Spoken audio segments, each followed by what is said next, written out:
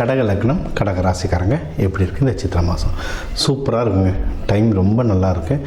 அதான் நீங்கள் கடகன்னா சித்ரா பௌர்ணமி வருது, மிஸ் பண்ணிடாதீங்க. சித்ரா பௌர்ணமி உங்களுக்கு வந்து சரியான பவர் ஏறும். அதுவும் குருமார்கள், நீங்கள் ஏதாவது குருமார்கள், ஜீவ சமாதிகள், இல்லை ராகவேந்திர கனகப்பட்டி அது மாதிரி படங்கள் வச்சு வழிபட்டிங்கன்னா சூப்பராக பவர் ஏறும். நிறைய நல்ல விஷயம் உங்களுக்கு ஆக்சுவலாக உங்களுக்கு நிறைய சுப நிகழ்ச்சிகள் நிறைய உங்களுக்கு நடந்துக்கிட்டே இருக்கும். கல்யாணம், மகப்பேறு, உங்கள் வீட்டில் ஏதாவது சுப நிகழ்ச்சி நடந்துக்கிட்டே இருக்கும். சரிங்களா? கண்டிப்பாக நடக்கும்.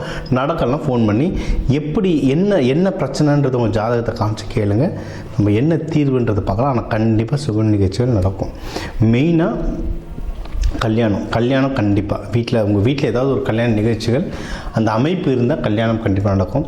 யாராவது இதில் லவ் பண்ணுறீங்கன்னா வீட்டில் இப்போ பேசி கல்யாணமாக மாற்றுறதுக்கு நிறைய வாய்ப்புகள் இருக்குது. நிறைய பேர் ஒருத்தர் சொல்கிறார், எங்கள் வீட்டில் கல்யாணமே இல்லை சார்ன்ட்டு. ஃபோன் பண்ணி எப்போ நாங்கள் வீட்டில் யாருமே இல்லை, அவர் ஒரே பையன், அவருக்கு ஏற்கனவே கல்யாணம் ஆகிடுச்சு, எங்கள் வீட்டில் கல்யாணமே இல்லைன்னாரு. அதாவது கல்யாணத்துக்கு வெயிட் பண்ணுறவங்க வீட்டில் கல்யாணம் நடக்கும், எல்லாருக்கும் கல்யாணம் நடக்குன்ற அர்த்தம் கிடையாது. திருமணம் ஆனவங்களுக்கு வந்து இந்த மகப்பேறு எதனா ட்ரை பண்ணுறீங்கன்னா அதுக்கு வந்து இது ஒரு பெஸ்ட்டான டைமாக மகப்பேருக்கு இது அமையும். இது அடுத்து வந்து ஏதாவது நீங்கள் வண்டி வாங்கணும், நிலம், ஏன்னா நிறைய பேர் வந்து நான் வீடு வாங்கிட்டு தான் கல்யாணம் பண்ணுவேன், கார் வாங்கிட்டு தான் கல்யாணம் பண்ணுவேன்னுவாங்க. அந்த மாதிரி வாங்குறதுக்கும் இது நல்ல அமைப்பு. இல்லை கல்யாணத்தோடு சேர்ந்து கார் வீடுலாம் வருதுனாலும் சூப்பர் தான். நிறைய பேர் கிஃப்ட்டு நிறைய பேர் பண்ணுவாங்க. நான் டவுரி பற்றி பேசுகிறாங்க, கிஃப்ட்டு நிறைய பேர் பண்ணுவாங்க. அந்த மாதிரி வருதுனாலும் ஓகே. இல்லை கல்யாணத்துக்கு நீங்களே பொண்ணு மாப்பிள்ளை சேர்ந்து வீடு வாங்குறீங்க, கார் வாங்கிட்டு கல்யாணம் பண்ணுறீங்கனாலும் ஒன்றும் சூப்பர். ஏன்னா நிறைய பேர் லவ் மேரேஜ் இதை பண்ணுறாங்க. ஸோ அந்த வாய்ப்புலாம் இருக்குது. ஹெல்த்து வந்து நல்லா பெட்டர் ஆகும்.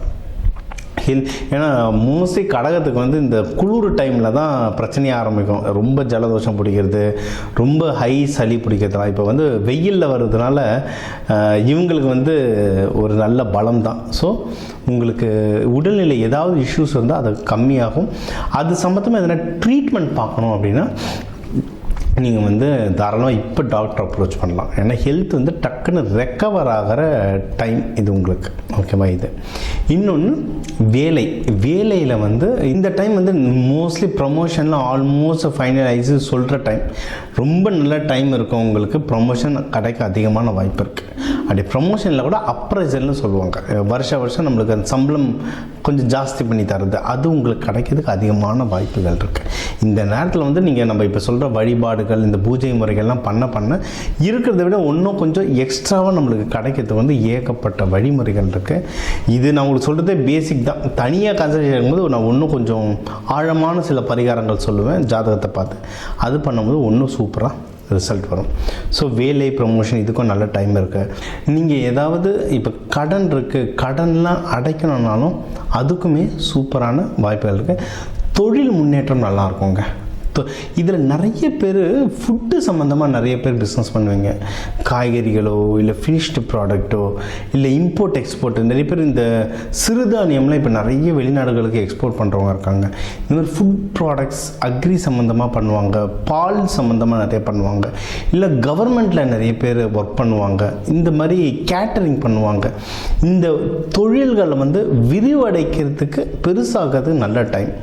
நீங்கள் ஏதாவது வெளிநாடுகள் எக்ஸ்போர்ட் பண்ண போகிறீங்க, இம்போர்ட் பண்ண போகிறீங்கன்னா அதுக்கும் நல்ல டைம். அதாவது தொட்டதெல்லாம் தொடங்குற டைம் இது. ஓகேங்களா? எதில் வந்து நீங்கள் ரொம்ப ஜாகிரதையாக இருக்கணும்னா பண விஷயம். யாருக்கு கொடுக்குறீங்க, யாருக்கு வாங்க, அது பிஸ்னஸ் வளரணும்னு சொல்லட்டும். உங்களுக்கு வந்து எதில் ஜாகிரதைன்னா பண விஷயத்தில் ஜாகிரதையாக இருக்கணும். பிஸ்னஸ் வளரணும்னு சொல்லட்டும், அதுக்காக வளரும்ன்ட்டு அப்படியே ஃபுல்லாக லட்சம் உள்ளே இறக்குனீங்கன்னா ஆகிற காரியம் இல்லை. அது இறக்கலாம். என்னென்னா யாருன்றதை பார்க்கணும், வெண்டார் யாருன்றதை பார்க்கணும், உங்களுடைய அந்த லீகல் அக்ரிமெண்ட்டோடைய டெர்மினாலஜிஸ் பார்க்கணும். இதெல்லாம் செக் பண்ணிவிட்டு பணம் போட்டிங்கன்னா குட். நீங்கள் யாருக்கோ பொருள் அனுப்புறீங்கன்னா முன்னாடியே கிரெடிட் வாங்கி வச்சுக்கிட்டு பொருள் அனுப்புனீங்கன்னா குட். இந்த மாதிரி கொஞ்சம் ஜாகிரதையாக இருந்தீங்கன்னா பணம் விஷயத்தில் நம்ம தப்பிச்சுக்கலாம். இன்னொன்று முயற்சியும் இதே தான். இப்போ கடகத்தில் எப்படின்னா ஒரு தடவை 2 தடவை முயற்சி பண்ணால் அதுக்கப்புறம் புஷ்ஷுன்னு ஆகிடுவாங்க, நடக்கலாம் புஷ்ஷுன்னு ஆகிடுவாங்க. அப்படி இல்லைன்னா ரொம்ப கிடச்சிடுச்சுன்னா கண்ணை மூடிட்டு நம்புவாங்க. அந்த மாதிரி இருக்கிறது பிரச்சனை.